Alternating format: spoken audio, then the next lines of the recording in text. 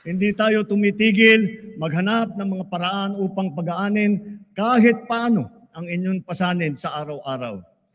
Nagdagdag tayo ng 60,000 teaching item at nakapagbigay pa ng trabaho para sa ating mga lisensyadong guro.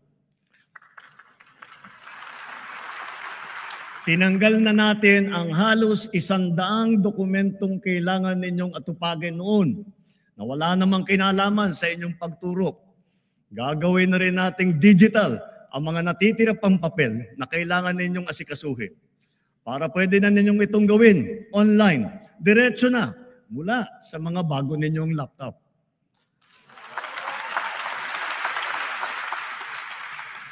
At ngayong school year na ito, makakatanggap na kayo ng kabayaran para sa inyong teaching overload at para sa inyong overtime.